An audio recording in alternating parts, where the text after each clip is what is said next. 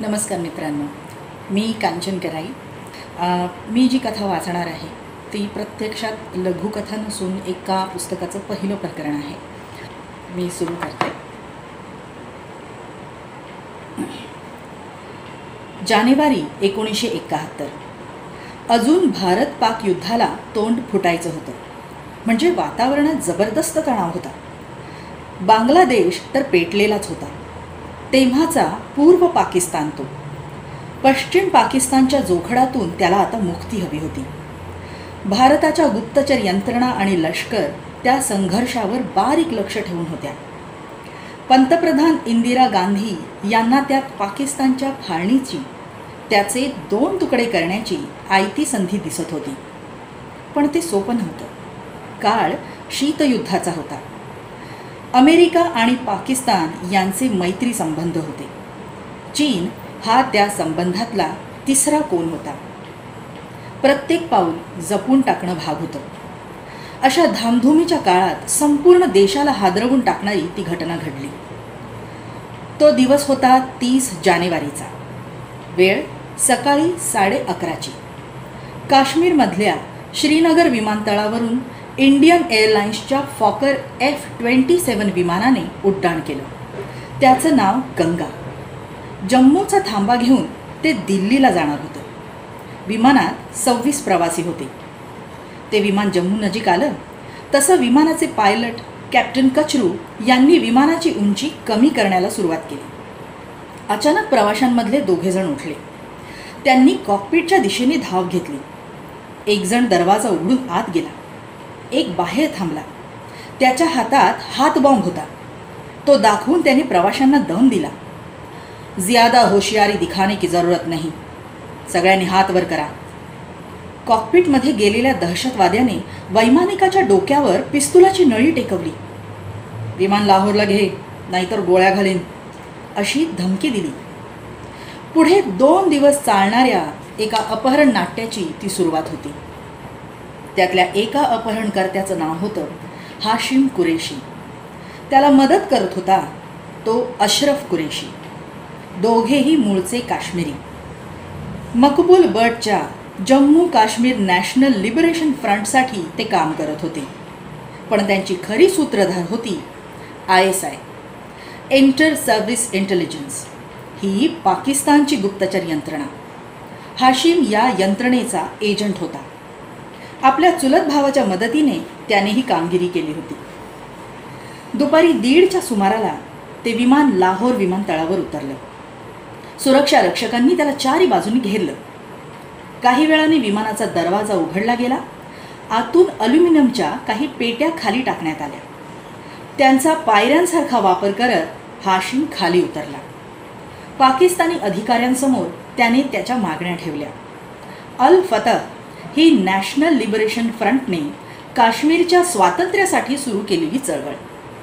तिचे 36 दहशतवादी भारताच्या कैदेत होते. त्यांची सुटका करावी आणि हाशिम आणि अशरफला पाकिस्तानने राजकीय आश्रय द्यावा, या त्यांच्या मागण्या भारताने मान्य करणं शक्यच नव्हतं.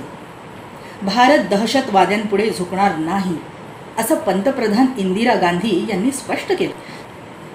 त्यामुळे परिस्थिती बिकट बनली होती. ऑल इंडिया रेडिओवरून या अपहरणाची बातमी देण्यात आली. या अपहरणामागे पाकिस्तानचा हात असल्याचं भारत सरकारकडून सांगण्यात येत होतं. या बातमीने संपूर्ण देश चिंताग्रस्त झाला. चिंता विमान प्रवाशांच्या सुरक्षेची होती, पण त्यात मानभंगाचीही वेदना होती. देशाला धक्का बसला होता तो पाकिस्तानने केलेल्या मानभंगाचा. पाकिस्तानात मात्र आनंदोत्सव साजरा केला जात होता. पुढे कंदाहार विमान अपहरणाच्या वेळी जे झालं अगदी तसंच तेव्हाही झालं होतं. हाशिम कुरेशीला स्वातंत्र्य सैनिक म्हणून डोक्यावर घेतलं जात होतं. विमानतळावर पाकिस्तानी नागरिकांच्या झुंडीच्या झुंडी येत होत्या. भारत विरोधी घोषणा दिल्या जात होत्या. हाशिमला तिथे फिरण्यास अजिबात आडकाठी नव्हती. तो जणू पाहुणाच होता तो त्यांचा. तो पत्रकारांना मुलाखती देत होता. पाकिस्तानी अधिकारी त्याला भेटत होते, चर्चा करत होते. त्याचा व्यवस्थित पाहुणचार सुरू होता. दुसऱ्या दिवशी त्याने जुल्फिकार अली भुट्टोंना भेटण्याची मागणी केली. ते तेव्हाचे पाकिस्तानचे परराष्ट्रमंत्री. 1 फेब्रुवारीला ते विमानतळावर आले. विमानाजवळ जाऊन त्यांनी हाशिमशी चर्चा केली. त्यात काय बोलणी झाली हे अज्ञात आहे, पण त्यानंतर हाशिमने सर्व प्रवाशांची सुटका केली. प्रवाशांना विमानतळावर सुरक्षित नेण्यात आलं. संपूर्ण देशाने सुटकेचा निश्वास सोडला. विमान मात्र अजूनही अपहरणकर्त्यांच्याच ताब्यात होतं. अपहरण नाट्य आता संपल्यातच जमा होतं. तिकडे बाहेरची गर्दी ह्या काश्मीरी नायकांचा जय जयकार करत होती. आत हाशिम आणि ISIचे अधिकारी यांची चर्चा सुरू होती. त्यांना भारताचं नाक आणखी एकदा कापायचं होतं. जम्मू काश्मीर नॅशनल लिबरेशन फ्रंटचा नेता मकबूल बट त्यावेळी पेशावरला होता. त्याला लाहोरला बोलावण्यात आलं. त्याने विमानतळावर जाऊन हाशिमची भेट घेतली. त्यावेळी त्यांच्यासोबत मोहम्मद अली जिना यांचे माजी सचिव KH कुरेशी देखील होते. बटला हाशिम म्हणाला, हे लोक विमानाला आग लाव म्हणत आहेत. त्यावर तसं करणं मूर्खपणाचं ठरेल असं बट म्हणाला. पण ISIचा मोठा दबाव त्यांच्यावर होता. अखेर ISIनेच विमानाला आग लावली. विमान नष्ट होणं हे मोठंच नुकसान. त्याहून दुःख होतं ते ISIने पाकिस्तानने भारताचं नाक कापल्याचं. पण याचा जोरदार निषेध करण्यापलीकडे भारत दुसरं काय करू शकणार होता. भारतीय राजकर्त्यांनी आंतरराष्ट्रीय समुदायासमोर आपलं गाऱ्हाणं मांडलं. पाकिस्तान हे राष्ट्र कसं दहशतवाद्यांना मदत करतं हे दाखवून दिलं. पण नुसत्या शाब्दिक निषेधानं भागणारं नव्हतं. पाकिस्तानवर काहीतरी कारवाई करणं आवश्यक होतं. अखेर पंतप्रधान इंदिरा गांधी यांनी नाईलाजाने एक निर्णय घेतला.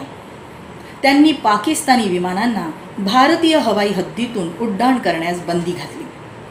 भारतीय जनता मात्र या अशा पुचाट प्रतिसादाने चिडली होती. नेहमीसारखं शेपटी घालू धोरण हे दुबळेपण पाहून कोणत्याही सच्च्या देशभक्तांचं रक्त सळसळल्याशिवाय कसं राहणार. लोक सरकारवर टीका करत होते. नेहरू गांधी घराण्याच्या शांततावादी धोरणामुळेच पाकिस्तान असं धाडस करू शकत होते असं म्हणत होते. पण आंतरराष्ट्रीय राजकारणात जे दिसतं तसंच असतं असं नसतं. यात भारताचं नाक वगैरे काहीही कापलं गेलं नव्हतं. उलट हे गंगा अपहरण प्रकरण म्हणजे भारताचा मोठा विजय होता. ही कारवाई म्हणजे रॉच्या शिरपेचातला एक लखलखता तुरा होता. कारण ह्या सगळ्या अपहरण नाट्याची सूत्रधार होती रॉ आणि तिचे दिग्दर्शक होते रॉचे प्रमुख रामेश्वरनाथ तथा RN काव. घडलं होतं ते असं की जानेवारी 1971च्या दुसऱ्या आठवड्यात सीमा सुरक्षा बलाच्या म्हणजे BSFच्या जवानांनी हाशिम कुरेशीला पाकिस्तानातून भारतात घुसखोरी करताना पकडलं होतं. गुप्तचर यंत्रणांनी त्याची कसून चौकशी केली. त्यात तो ISIचा एजंट असल्याचं उघड झालं. चौकशी दरम्यान त्याने आणखी एक धक्कादायक बातमी दिली. ISIने त्याच्यावर एका विमान अपहरणाची जबाबदारी सोपवली होती. पण हे अपहरणही साध्या सुध्या विमानाचं करायचं नव्हतं. पंतप्रधानांचे चिरंजीव राजीव गांधी ज्या विमानाचे वैमानिक असतील तेच विमान पळवायचं होतं. इंदिरा गांधी यांना कोंडीत पकडण्याचा तो भयंकर डाव होता. तातडीने ती माहिती RN काव यांना कळवण्यात आली. याचं एक कारण म्हणजे हाशिम आत्ता ISIसाठी काम करत असला तरी तो मूळ रॉचा हस्तक होता. रॉनेच त्याला पाकव्याप्त काश्मीरात पाठवलं होतं. त्याच्यावर कामगिरी सोपवण्यात आली होती ती अल फतह चळवळीत शिरकाव करण्याची आणि त्यांच्या कारवायांची बित्तम बातमी रॉला कळवण्याची. पण पाकव्याप्त काश्मीरमध्ये मकबूल बटच्या संपर्कात आल्यानंतर तो फितला. त्यांना सामील झाला. ISIसाठी काम करू लागला. 18 जून 1969ची इथिओपियन विमान अपहरणाची घटना तेव्हा ताजी होती. इरिट्रियन लिबरेशन फ्रंटच्या 3 दहशतवाद्यांनी इथिओपियाचं बोईंग 707 हे विमान पळवून कराचीला आणलं होतं. जगभरात खळबळ माजवणारी अशी ती घटना. बांगलादेशच्या प्रश्नावरून जगाचं लक्ष वळवण्यासाठी असं जोरदार काहीतरी करण्याची आवश्यकता होती. ISIने ती जबाबदारी बट आणि हाशिम यांच्यावर सोपवली. त्यांनी हाशिमला त्यासाठी तयार केलं. जावेद मिंटो हे पाकिस्तानी वायुसेनेतले माजी वैमानिक. त्यांनी हाशिमला विमानोड्डाणाचं प्रशिक्षण दिलं. काव यांना हे समजताच त्यांनी पाकिस्तानचा हा डाव त्यांच्यावरच उलटवण्याचं ठरवलं. त्यासाठी त्यांनी इंदिरा गांधी यांची मंजुरी घेतली. मोठी बिलंदर योजना होती त्यांची. रॉच्या अधिकाऱ्यांनी हाशिमला सांगितलं, तुरुंगात खितपत पडायचं नसेल तर आम्ही सांगू तसं कर. हाशिम पुढे दुसरा पर्यायच नव्हता. तो तयार झाला. त्याला सांगण्यात आलं, तू विमान पळवायला आला होतास, तीच योजना आताही पार पाडायची, पण ती काव यांनी आखून दिल्याप्रमाणे. विमान कसं पळवायचं, मागण्या कोणत्या करायच्या, लाहोरमध्ये पत्रकारांशी काय बोलायचं, भुट्टोंना कसं बोलवून घ्यायचं, हे सगळं त्याला नीट पढवण्यात आलं होतं. हे सर्व कशासाठी करण्यात आलं होतं? हेतू दोन होते. एक म्हणजे पाकिस्तानची नाचक्की करणे, पाकिस्तानला दहशतवादी समर्थक राष्ट्र ठरवणे, आणि दुसरं महत्त्वाचं कारण होतं ते म्हणजे पाकिस्तानच्या युद्ध तयारीत खोडा घालणे. बांगलादेशाच्या निमित्तानं भारत आणि पाकिस्तान यांच्यात युद्ध होणार हे नक्की होतं. इंदिरा गांधी यांनी तशी तयारीही सुरू केली होती. बांगलादेशातली राजकीय चळवळ सुरूच राहणं हे भारतासाठी महत्त्वाचं होतं. तेवढंच ती दडपणं याह्या खान यांच्यासाठी गरजेचं होतं. त्यासाठी तिथे लष्कर पाठवावं लागणार होतं. त्यासाठीचा एक मार्ग जात होता भारताच्या हवाई हद्दीतून. इंदिरा गांधी यांनी या विमान अपहरणाचं निमित्त करून तोच बंद केला. यात नुकसान झालं एका विमानाचं, पण तसंही ते इंडियन एअरलाइन्सच्या ताफ्यातलं सर्वात जुनं विमान होतं. बादच करण्यात आलं होतं ते. अपहरणाच्या काही दिवसच आधी ते पुन्हा सेवेत घेण्यात आलं होतं. तर याला म्हणतात रॉ. रॉ म्हणजे रिसर्च अँड ॲनालिसिस विंग, भारताची केवळ परराष्ट्रात हेरगिरी करणारी गुप्तचर संघटना. नौदल अधिकारी कुलभूषण जाधव प्रकरणामुळे ही संघटना मध्यंतरी चर्चेत आली. हल्ली रॉवर चित्रपटही येऊ लागले. ते तद्दन मसालापट असले तरी या संघटनेबद्दल लोकमानसात कुतूहल निर्माण होण्यासाठी या चित्रपटांची मदतच झाली. पण जेम्स बॉन्ड पद्धतीच्या त्या चित्रपटांमधून रॉ म्हणजे काय हे नेमकं कसं कळणार? तसाही एकंदरच रॉबद्दलच्या खऱ्या माहितीचा दुष्काळच आहे. रॉचे B Raman, R K Yadav, major general V K Singh, Amar Bhushan, तसंच इंटेलिजन्स ब्युरोचे मलय कृष्णधर अशा काही माजी अधिकाऱ्यांनी लिहिलेली 5-7 पुस्तकं वगळता रॉबद्दल फारसं काही लिहिलं गेलं नाही. खरं तर आपल्यापेक्षा पाकिस्तानी माध्यमातच रॉबद्दल अधिक लिहून आलंय. तिथल्या प्रत्येक दहशतवादी घटनेत त्यांना रॉचा हात दिसतो. तेहरीक-ए-तालिबान ही पाकिस्तानातली एक अत्यंत क्रूर अशी दहशतवादी संघटना, तीसुद्धा रॉनेच उभारली असा तिथला लोकप्रिय षडयंत्र सिद्धांत आहे. तो अर्थातच प्रोपगंडाचा भाग. सर्वच देश तो करत असतात. पण रॉसारख्या संस्थांबद्दलच्या अधिकृततेच्या जवळ जाणाऱ्या माहितीच्या अभावामुळे असं झालं की आपणा भारतीयांच्या मनात स्वतःच्याच देशाची एक विचित्र दुबळी प्रतिमा तयार झाली. शत्रू राष्ट्र हे आक्रमक आहे, अनैतिक आहे. आपला देश मात्र नैतिकतेने वागणारा आहे, आंतरराष्ट्रीय संकेत पाळणारा आहे. अशी प्रतिमा आंतरराष्ट्रीय समुदायात असणं हे फायद्याचंच असतं. ते नैतिक बळ गमावणं हे परराष्ट्र धोरणातलं अपयश मानलं जातं. म्हणूनच गुप्तचरांच्या कारवायांबद्दल बढाया मारायच्या नसतात. आम्ही आता अमुक तमुक करणार आहोत असं सत्ताधाऱ्यांनी जाहीर सभांमधून बोलायचं नसतं. ते बोलून हानी होते ती नैतिक बळाची. याचा अर्थ आपण काय करतो आहोत किंवा केलं याची माहिती अन्य राष्ट्रांना नसतेच असं नाही.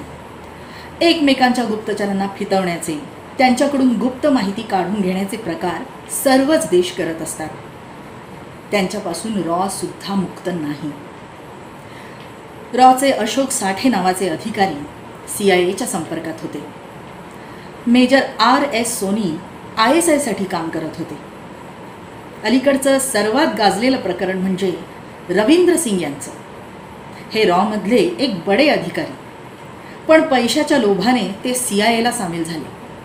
हे लक्षात आल्यानंतर त्यांच्यावर पाळत ठेवण्यात आले.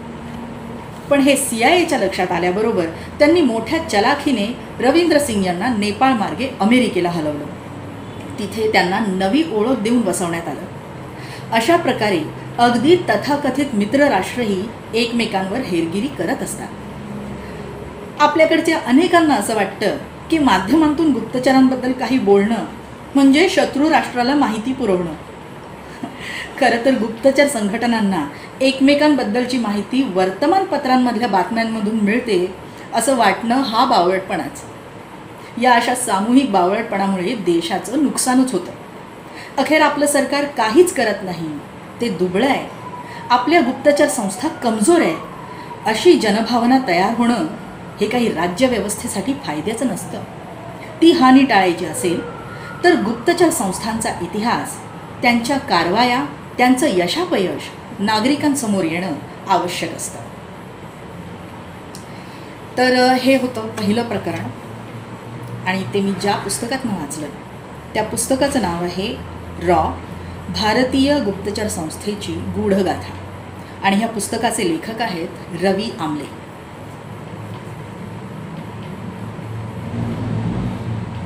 रवी आमले हे सध्या सकाळचे मुंबईचे निवासी संपादक म्हणून कार्यरत आहेतच, पण त्याचसोबत त्यांनी अनेक वृत्तपत्र, नियतकालिकांमधून बरंचसं लेखन केलेलं आहे.